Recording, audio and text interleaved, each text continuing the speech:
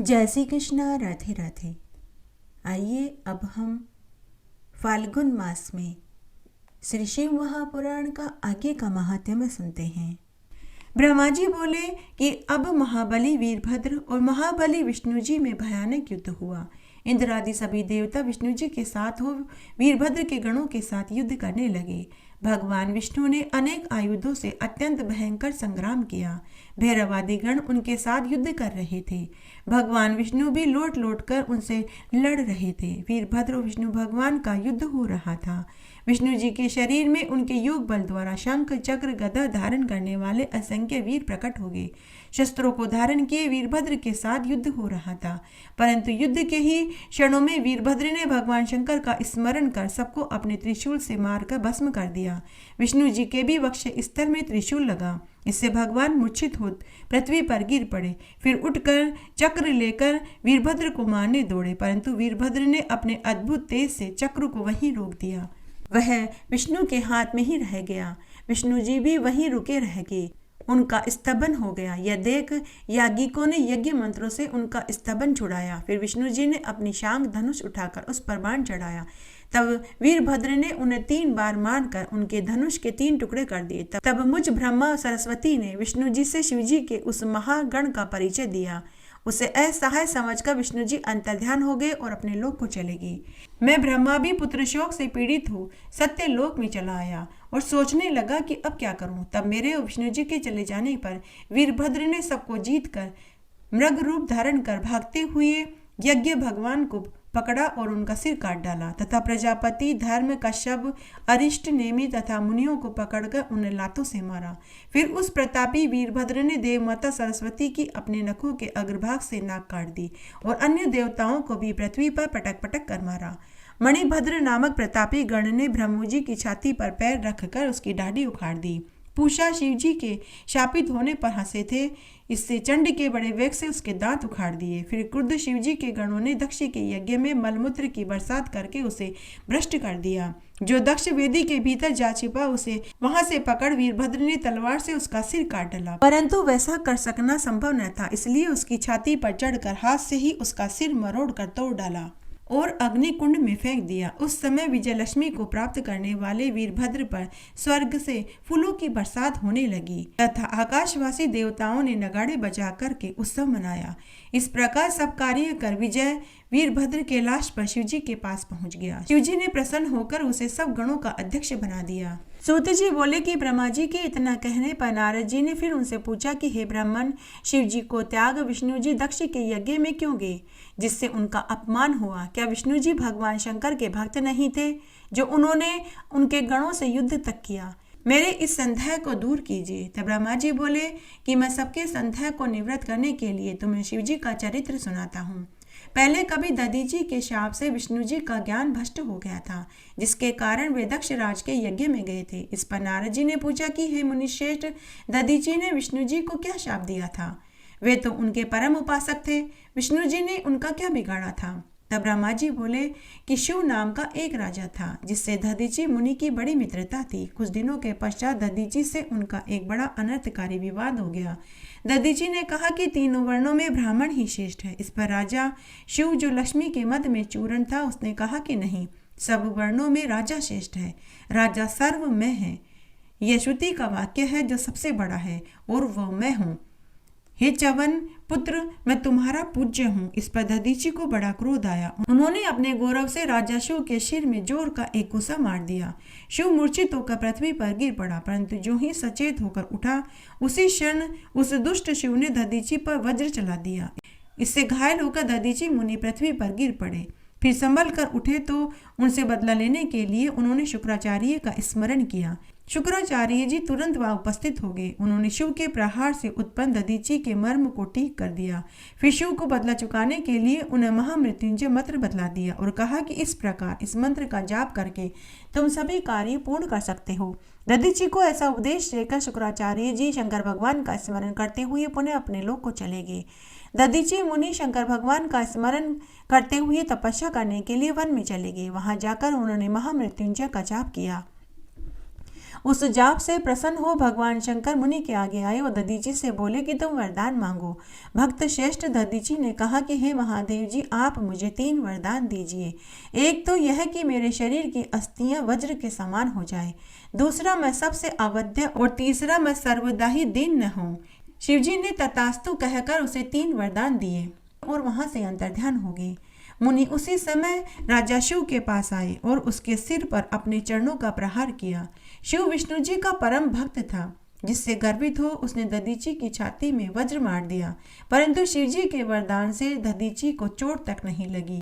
यह देख ब्रह्मा का पुत्र शिव बड़ा विस्मित हुआ। मृत्युंजय के सेवक दधीची ने उसे परास्त कर दिया। उस पराजय से लज्जित राजा शिव वन में जाकर तपस्या करने लगा, भगवान मुकुंद की आराधना करने लगा। उससे प्रसन्न हो गरुड़ पर सवार होकर भगवान विष्णु राजा शिव के पास आए और उसे दर्शन दिए।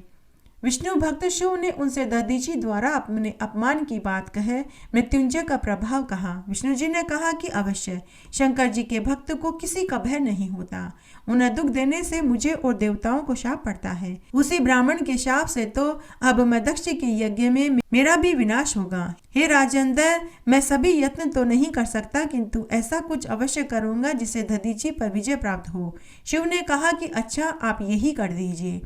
ब्रह्मा जी बोले कि तब एक दिन राजा शिव का कार्य सिद्ध करने के लिए भगवान विष्णु महर्षि दधीची के आश्रम में गए और उनसे कहा कि हे महर्षि, आपसे एक वरदान मांगने आया हूँ।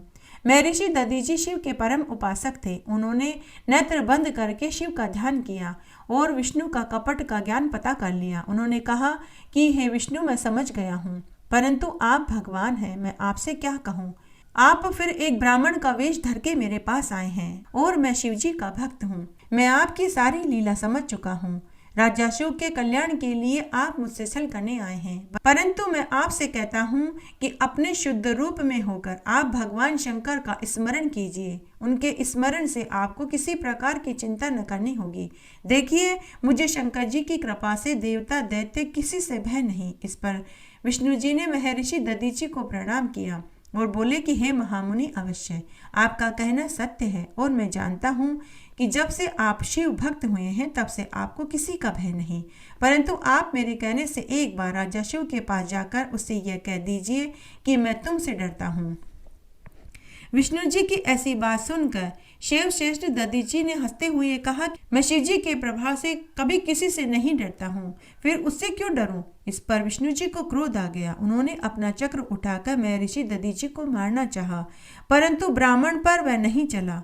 तब कुंठित दधीची ने हंसते हुए भगवान विष्णु से कहा कि हे ईश्वर, ये शिव जी का दिया हुआ चक्र आप मुझ पर छोड़ना चाहते थे, परंतु नहीं चला, चलता भी कैसे। शिव जी का अस्त्र मुझ जैसे ब्राह्मणों के लिए नहीं बना। यदि आप क्रोधित हैं तो क्रम से ब्रह्मास्त्र और अस्त्रों द्वारा बाण का प्रयोग कीजिए। फिर तो दधीची को निरा ब्राह्मण महापराक्रमी हीन समझकर विष्णु जी ने क्रोध कर उनके ऊपर सभी अस्त्र चलाए। देवताओं ने भी विष्णु की सहायता करी। इंद्र आदि देवता बड़े वेग से मुनि दधीची पर अपने अस्त्रों का प्रहार करने लगे, परंतु शिव भक्त दधीची ने मुट्ठी भर कुशा उठाकर जो उन पर छोड़ा तो शंकर जी के प्रभाव से वे कुशा काल अग्नि के समान त्रिशूल बन प्रलय अग्नि के समान अपनी ज्वालाओं से आयुधधारी देवताओं का संहार करने लगा।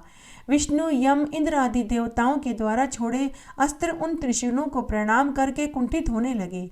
देवता पराक्रमहीन हो गए और वहां से भाग गए। केवल विष्णु जी ही वहां टिके रहे, परंतु वे भी भयभीत रहे।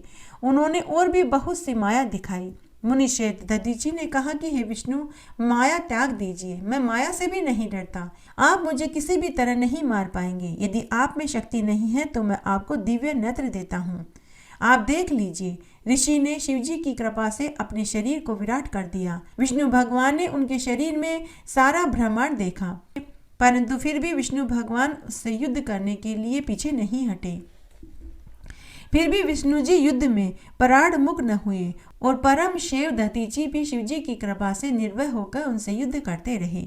उन दोनों में भीषण युद्ध हुआ। तब हे नारद, मैं विष्णु भक्त ब्रह्मा राजा शिव को साथ ले उनका युद्ध देखने गया। मैंने निश्चित विष्णु भगवान तथा देवताओं को युद्ध करने से रोका और कहा कि आप लोगों का प्रयास व्यर्थ है, इस ब्राह्मण को आप लोग नहीं जीत सकते। यह सुन विष्णु जी शांत हो दधीची मुनि की स्तुति करने लगे। राजा शिव ने भी दीनता से मुनि के निकट जाकर उन्हें प्रणाम किया। इससे प्रसन्न हो मुनि दधीची ने उन पर तो कृपा कर दी, पर विष्णु भगवान पर अपना क्रोध कम नहीं किया। उन्होंने अपने हृदय में भगवान शंकर का स्मरण कर विष्णु सहित सब देवताओं को शाप दे दिया, समय आने पर तुम लोग रुद्र की कोप अग्नि से भस्म हो जाओगे। दधीची मुनि को प्रणाम करके राजा शिव अपने घर चला गया और विष्णु आदि देवता भी अपने लोक को चले गए। तब से उस स्थान का नाम थानेश्वर हुआ। वहां जाकर जो भगवान शंकर का दर्शन करता है उसे सायुज्य लोक की प्राप्ति होती है।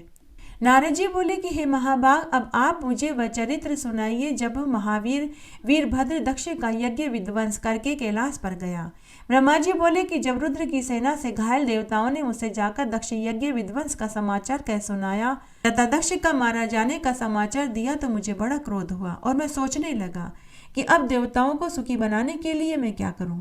दक्ष भी जीवित हो जाए तथा उसका यज्ञ भी पूर्ण हो जाए, मुझे क्या करना चाहिए। तब विष्णु भगवान का स्मरण करते हुए मुझे ज्ञान प्राप्त हुआ। मैं उनके पास बैकुंठ लोक में गया और विष्णु जी की स्तुति करने लगा। तो उन्होंने मुझसे कहा कि यदि तेजस्वी अपराध भी करे तो उसे क्षमा करने में ही बड़ों की शोभा है। दक्ष ने अपराध किया है जो अपने यज्ञ में शिवजी का भाग नहीं दिया, जिसके लिए हम सभी देवता भी शिवजी के अपराधी हैं। अतः हम सबको शिवजी की शरण में जाकर उनके चरण पकड़कर अपनी गलती की क्षमा मांगनी चाहिए। ऐसा कहकर विष्णु जी मेरे साथ कैलाश चलने को हुए। हम लोग अलकापुरी से आगे उस विराट वट वृक्ष के पास पहुंचे जहां दिव्य योगियों से सेवित श्रेष्ठ शिवजी विराजमान थे। उनके चारों ओर उनके गण यक्षों के स्वामी कुबेर भी विराजमान थे। तब उनके निकट पहुंचे विष्णु आदि सभी देवताओं ने बारंबार उन्हें नमस्कार किया तथा उनके नामों की स्तुति करी और कहा कि हे दया सागर, हे महेश्वर, हे परमेश्वर, आपकी कृपा के बिना हम सब नष्ट और भ्रष्ट हैं। अब आप प्रसन्न होकर हमारी रक्षा कीजिए। हे शंकर भगवान, आप हमें इस आपत्ति से बचाइए। हे दुर्गेश, हे नाथ, आप प्रसन्न होकर दक्ष के यज्ञ का उद्धार कीजिए। भक्त देवता की आंखें पहले जैसी हो जाए, यजमान जीवित हो जाए, पूषा के दांत हो जाए, भृंगु की ढाडी फिर पहले के समान हो जाए। आपकी कृपा से इन देवताओं को आरोग्यता प्राप्त हो। हम लोग इस अवशिष्ट यज्ञ कर्म में आपका भाग देंगे, इसलिए इस यज्ञ को फिर से पूरा करिए। ऐसा कहकर मुझ ब्रह्मा सहित विष्णु जी हाथ जोड़कर शिव जी के चरणों में गिर पड़े। ब्रह्मा जी बोले कि जब इस प्रकार देवताओं सहित विष्णु जी ने शंकर भगवान की स्तुति करी तो उससे प्रसन्न होकर करुणा सागर भगवान शंकर देवताओं को धैर्य बंधाते हुए बोले कि हे देव श्रेष्ठों, तुम सुनो, मैं तुम पर क्रुद्ध हूँ, फिर भी उसे सहन कर सकता हूँ क्योंकि सब कुछ मेरी ही माया है। बालकों के अपराध का चिंतन नहीं करना चाहिए, उन्हें सावधान करने के लिए केवल दंड देना चाहिए। मैंने दंड मात्र दिया है। दक्ष के यज्ञ को मैंने नहीं विध्वंस किया, किंतु जो दूसरों का बुरा चाहता है उसका अवश्य बुरा होता है। दक्ष ही उस यज्ञ का सिर है, अतः उसका बकरे का सिर होगा। भक्त देवता सूर्य के नेत्र से यज्ञ भाग को देखेंगे, पूषा के टूटे हुए दांत हो जाएंगे और यजमान की दी हुई यज्ञ का भाग उपभोग करेंगे। यह मैं सत्य कहता हूँ। मेरा विरोधक भृंगु फिर बकरे की सी ढाड़ी पाएगा। मेरे गणों द्वारा मारे गए देवताओं के टूटे अंग भी ठीक हो जाएंगे। यह कहकर वेदों के अनुसरण करता परम दयालु शंकर भगवान मौन हो गए। तब उनका यह कहना सुनकर विष्णु आदि सभी देवता मुझ ब्रह्मा को बड़ी प्रसन्नता हुई। सबने शंकर भगवान को धन्यवाद दिया। फिर देव ऋषि सहित शिव जी उस यज्ञ में आने के लिए आमंत्रित हुए। हम लोग यज्ञ के उसी स्थान में आए जहाँ कनखल नामक स्थान में दक्ष ने यज्ञ शुरू किया था। उसी समय शंकर भगवान ने वहां पहुंचकर वीरभद्र द्वारा भंग यज्ञ का निरीक्षण किया। देखा कि स्वाहा, स्वदा, पूषा, तुष्टि, दृष्टि, सरस्वती सभी ऋषि, पितर, अग्नि आदि टूटे फूटे कोई मरे हुए पड़े थे। यज्ञ की यह दशा देखकर वीरभद्र को बुलाकर भगवान शंकर ने हंसकर उससे कहा कि हे महाभाव वीरभद्र, ये तुमने क्या कर डाला। हे तात, तुमने ऋषियों को इतना कठिन दंड इतना शीघ्र दिया। अच्छा, तो अब तुम शीघ्र दक्ष का वह मृतक शरीर लाओ जिसने इस यज्ञ को आरंभ किया था। यह यज्ञ तो अच्छा था, परंतु इसका फल विपरीत हुआ। शिवजी के इतना कहते ही वीरभद्र ने दक्ष का सिर रहित शरीर लाकर उन्हें दे दिया। तब उसे सिर रहित देकर शिवजी ने वीरभद्र से कहा कि इसका सिर कहाँ है। वीरभद्र ने कहा कि मैंने तो उसे अग्नि में हवन कर दिया। शिव जी ने देवताओं से कहा कि देखो, मैंने जो पहले कहा था वही हुआ।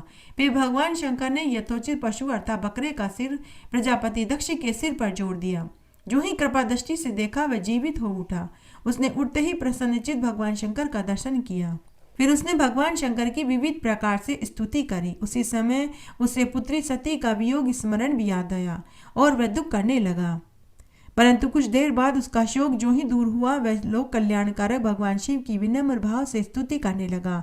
उसकी स्तुति सुनकर शंकर भगवान प्रसन्न हो गए। फिर पुनः विष्णु और ब्रह्मा आदि देवता और लोकपालों सहित सावधान चित्त से कमल मुख शंकर जी की स्तुति करने लगा। शीश अंग अर्धंग पार्वती सदा विराजत कैलासी, नंदी भंगी नृत्य करत हैं गुण भक्तन शिव की दासी। शीतल मंद सुगंध पवन बह बैठे हैं शिव अविनाशी, करत गान गंधर्व सप्त स्वर राग रागिनी अति काशी। यक्ष रक्ष भैरव जह डोलत बोलत है बन के वासी, कोमल शब्द सुनावत सुंदर भंवर करत है गुंजासी। कल्प द्रुम अरु पारी जात तरु लाग रहे हैं लक्षासी, कामधेनु कोटिक जह डोलत करत विरत है भिक्षासी। सूर्यकांत सम पर्वत शोभित चंद्रकांत भव की वासी, चौ तो ऋतु नित फलत रहत है पुष्प चढ़त है वर्षासी। देव मुनि जन को भीड़ पड़ती है निगम रहत जो नित गासी, ब्रह्मा विष्णु जाको ध्यान धरत है कछु शिव हमको फरमासी। रिद्धि सिद्धि के दाता शंकर सदा आनंदित सुख राशि, निष्काम सुमिरन सेवा करते टूट जाए यम की फांसी। त्रिशूल धर जी को ध्यान निरंतर मन लगाए कर जो गासी, दूर करो विपदा शिव तनु को जन्म जन्म शिव पद पासी। कैलाशी काशी के वासी अविनाशी मेरी सुध लीजो, सेवक जान सदा चरणन को अपना जान दर्श दीजो। तुम तो प्रभु जी सदा सयाने अवगुण मेरो सब ढक लीजो, सब अपराध क्षमा कर शंकर किंकर की विनती सुनियो। इस तरह आज हमने फाल्गुन मास में श्री शिव महापुराण का यह महात्म्य सुना। आशा करती हूँ इसको सुनने से आपको संपूर्ण फल की प्राप्ति होगी। मेरे साथ बने रहने के लिए आपका धन्यवाद। आगे आने वाली कथा कहानी के लिए भी आप इसी तरह मेरे साथ बने रहें। धन्यवाद।